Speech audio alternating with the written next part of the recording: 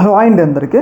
రీసెంట్గా జగన్మోహన్ రెడ్డి గారు రెంటపాల గ్రామ పర్యటనకి వెళ్ళారు. మనందరికీ తెలుసు, రీసెంట్గా జగన్మోహన్ రెడ్డి గారు రెంటపాల గ్రామ పర్యటనకి వెళ్తున్న సందర్భంలో ఆయన కారు కింద వైసీపీ కార్యకర్త సింగయ్య అనే వ్యక్తి ప్రమాదవశాత్తు మరణించడం జరిగిందనమాట.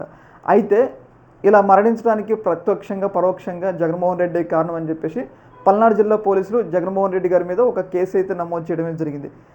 జగన్మోహన్ రెడ్డి గారితో సహా ఆ కారులో ఎవరెవరైతే వెళ్తున్నారో వాళ్ళందరి మీద కూడా కేసు కట్టడమే జరిగిందనమాట. అయితే ఇలా కేసు కట్టడం అనేది ఒక రకంగా కక్షపూరితమైన కేసు. ప్రభుత్వం తన మీద ఇలా కక్షపూరితంగా కేసు కట్టింది.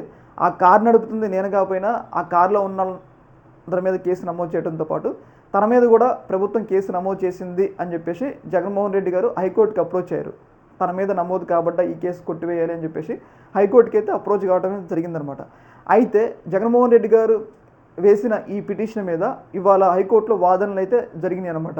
ప్రధానంగా హైకోర్టు విచారణ ప్రారంభిస్తున్న సందర్భంలో ముఖ్యంగా పోలీసుల మీద కొంచెం ఆగ్రహం వ్యక్తం చేసింది. ఎందుకు ఆగ్రహం వ్యక్తం చేసింది అంటే, ఇప్పుడు సాధారణంగా ఒక బస్సు డ్రైవర్ వల్ల ప్రమాదం జరిగిందనుకోండి, మీరు బస్సు డ్రైవర్ మీద కేసు పెడతారులే కానీ బస్సులో వెళ్ళే వాళ్ళందరి మీద కూడా కేసు పెట్టరు కదా. అలా పెట్టడానికి కూడా వీలుండదు. ఎవరు తప్పు చేస్తే వాళ్ళ మీద కేసు పెడతారు. కాకపోతే ఇక్కడ ఏంటి అంటే, జగన్మోహన్ రెడ్డి గారు కారు కింద పడ్డారులే కానీ అప్పుడు జగన్మోహన్ రెడ్డి గారు కారు నడపట్లేదు, డ్రైవర్ కారు నడుపుతుండు. మరి జగన్మోహన్ రెడ్డి గారి మీద మీరు ఎందుకు కేసు నమోదు చేయాల్సి వచ్చింది, అలాగే కారులో ప్రయాణిస్తున్న వాళ్ళందరి మీద ఎందుకు కేసు నమోదు చేయాల్సి వచ్చింది అని చెప్పేసి ఒక రకంగా హైకోర్టు పోలీసుల్ని కొంచెం తీవ్రస్థాయి అంటే గట్టి స్వరంతోనే కొంచెం హెచ్చరించిందనమాట. అయితే ఇలాంటి సందర్భంలో జగన్మోహన్ రెడ్డి గారికి ఊరటనిస్తూ జగన్మోహన్ రెడ్డి గారి మీద తదుపరి చర్యలు ఏమీ తీసుకోకుండా స్టే ఇచ్చిందనమాట. నెక్స్ట్ వాయిదాకి జూలై 1వ తారీఖు వాయిదా పడ్డది.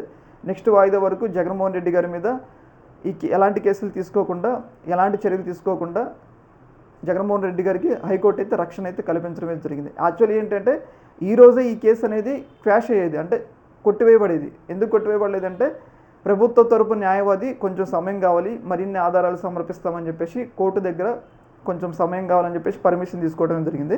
దానివల్ల ఈ కేసు అనేది నెక్స్ట్ వాయిదా అయితే పడింది. ఒక రకంగా ఏంటంటే ఈ కేసులో జగన్మోహన్ రెడ్డి గారి మీద మిగతా వ్యక్తుల మీద నమోదైన కేసులన్నీ కూడా క్వాష్ అయ్యాయి. కాకపోతే ప్రభుత్వ న్యాయవాది సమయం అడగడం వల్ల అట్లా హోల్డ్లో పెట్టారనమాట, స్టే ఇచ్చారు కేసు. తదుపరి జూలై 1వ తారీఖు నడుస్తుందని చెప్పేసి మనమైతే అర్థం చేసుకోవచ్చు, విచారణ నడుస్తుందని చెప్పేసి మనమైతే అర్థం చేసుకోవచ్చు. ఒక రకంగా ఇది జగన్మోహన్ రెడ్డి గారికి ఒక మంచి ఊరటనిచ్చే పరిణామం, అలాగే వైసీపీ శ్రేణులకు కూడా ఒక మంచి ఊరటనిచ్చే పరిణామం అనమాట. ఈ యొక్క అంశంలో మీ యొక్క అభిప్రాయాన్ని కింద కామెంట్లో తెలియజేయండి. అలాగే ఇలాంటి మరిన్ని అప్డేట్స్ కోసం మన ఛానల్ని అయితే సబ్స్క్రైబ్ అయితే చేసుకోండి. ఓకే మరి, థ్యాంక్ యూ.